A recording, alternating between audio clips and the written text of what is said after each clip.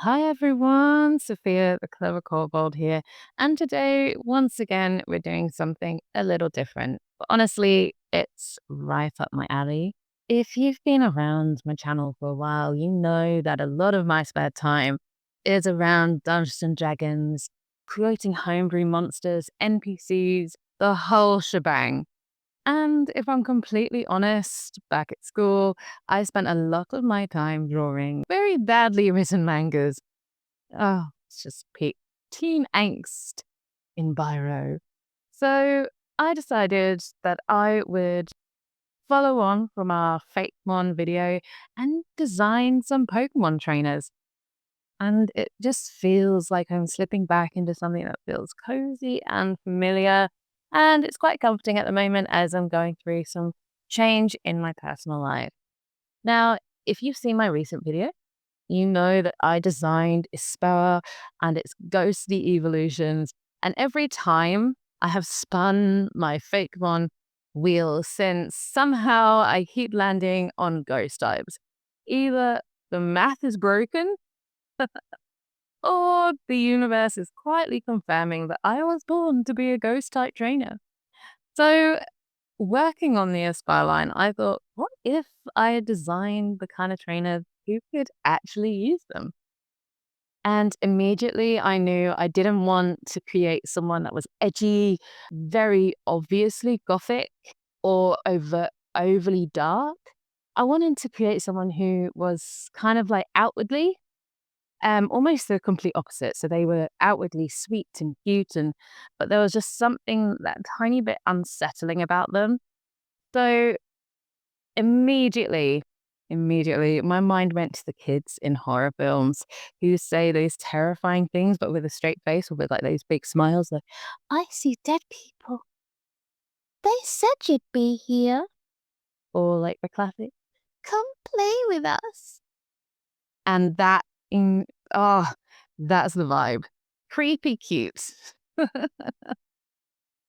And so here's where the art kicks in. So I knew straight away I wanted the character to look innocent at first glance with these big round eyes, soft smile, some maybe pale, bright colors, but with like little hints of kind of ghostly, kind of baked into the design, but have them almost not obvious at first glance. And because I was so caught up on this whole haunted house, these kids in horror films, I was like, okay, I'm going to draw a kid. But drawing kids are honestly an absolute nightmare. Kids are not just tiny adults, their proportions are completely different. So it's so easy to get them wrong. So the head's just slightly bigger than kind of the what we're taught in art, which is kind of like your head. Your shoulders are about 3 head width wide, and but kids are different. Their height wise, they're different. So the head's got to be in proportion. Otherwise, you might end up with this character that's like one big head and teeny tiny body. And so everything's kind of like slightly exaggerated, but they're also not. And if you get it wrong, they'll end up looking this strange cursed doll. So I started pulling up characters from animes and mangas that I like. And one in particular that I really like is Anya Foya from Spy X Family. So I had her as my reference. She's one of my favorite kid protagonists. Roughly as a kid, they're about 4 heads tall and have like this huge expression. And she's probably about the perfect kind of model for this style. I did change how I did the legs later on, but roughly she's in the right proportion wise for how you'd want to draw a child. So let's get right into the process, and because this took a lot of experimenting. So I started blotting down the 4 head circles on the canvas just so I could lock in the proportions of what I was going for. And that's kind of like my golden rule for drawing kids, in any style really. They're kind of like short and soft and slightly chibi without going full on cartoon. So even when I do my usual style, which is, I guess, a little bit more on the compared to anime, it's a little bit more on the Disney-esque side of cartooning. Um, they're still around that forehead tall height. So anyway, then as always, I start with the head. It's kind of where the personality lives. It's where the expression in the face, because I wanted the expression in her face to feel contradictory. So on the surface, she's happy, she's smiling, she's looking right at you. But for there to be something a little bit off if you look too long, like maybe she stares a little bit too long, kind of thing. And so it just kind of slowly worked through. I already had an idea in terms of hair that I wanted it to be kind of short and bobby. Nothing too long because I felt like the idea that I was going for in terms of what she was going to wear, having long hair would just, what's the word? It would just cancel out the silhouette that I had in my head, and it would become a bit more unbalanced. So you kind of needed the head to kind of be its own thing and the body to be another. Anyway, so I decided to change the hair into like this bobby shape. And then when it came to the body, I wanted to have this kind of old fashioned kind of silhouette, dress silhouette. So I kind of leaned into the Victorian vibe with the ballooned shoulders. You have this kind of rounded collar, and then poofy frills along the hem of the sleeves and the bottom of the dress. She looks kind of like a girl, kind of like in between times, like she's wandered out of an old photograph or just wandered out of an old mansion, and almost seems like she belongs there, but there's something uncanny. And for a ghost type trainer, I just feel that feels so perfect. So, and as I came to the end of her design, I started thinking like, what Pokemon would she have? This this kind of 10 to 12-year-old girl who likes ghost Pokemon. What ones would she pick up? And I immediately thought like she would go for those that were like cute and outcasts. So in came Mimikyu, which I love this Pokemon. It's one of my favorites. It's shy and misunderstood and trying so hard to be something that it's not. And it feels like just a natural companion for her.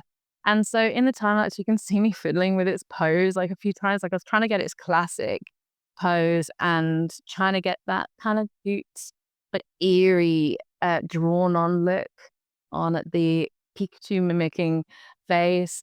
And so, yeah, so then that came in. And as you can see with the different colors, obviously they don't match in terms of colors. Her palette is very, I would say, more muted, but still bright at the same time. So you have kind of like this lavender purple with a mint green as the main anchors of her character.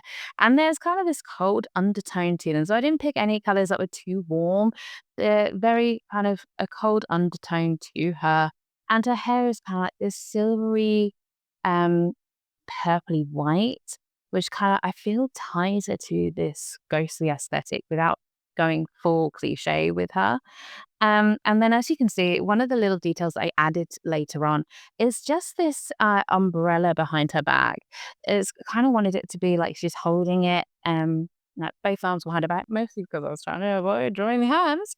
But the umbrella she's holding behind her back, and it's just one of those things that she might like walk a bit more like elegant older person maybe walks like someone beyond her years with this umbrella behind her, and it's perfectly folded, untouched, and it's just one of these things that gets people asking. I feel like, is it sentimental? Is it attached to someone?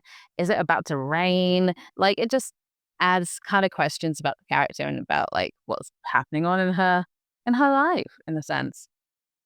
And so we then come to kind of the personality, and I kind of touched on this a little bit. There's obviously the personality for her. She's this cheerful and bubbly, but then if you actually listen to what she says, it's unsettling. Like she'll be like, "Oh, good. I was waiting for you. They told me you'd come. Don't turn around." And like she's kind of like this trainer that you'd meet on a foggy route late at night, and you'd walk away wondering if she was really there. And just in my head, I was like, I may have gone very world building, lore building with this character, but I was just like, oh my God, this is like, just all these elements are coming together. It's a perfect piece, and like tie a bow around it. And so anyway, and then we like, so yeah, here she is. This is ghostly lass Miru, There's kind of like this big, warm smile and the tiny Mimikyu by her side, and everything about her, I feel, invites you in. And then you start to notice the little details that feel a little bit off. And yeah, so I kind of imagined her Pokemon team to lean into this similar cute, creepy ghost theme. So as you can see, there's Mimikyu, who's her inseparable partner. And then there's Deflume, which is kind of like the clingy ghost balloon. And then you've got Fan Pump. I'm probably butchering these Pokemon names, which is kind of innocent, but obviously is quite unnervingly quiet. And then you got Chipette, which kind of giggles when you're not looking. And I kind of feel like if you can just hear her kind of giggling along to something that you can't see.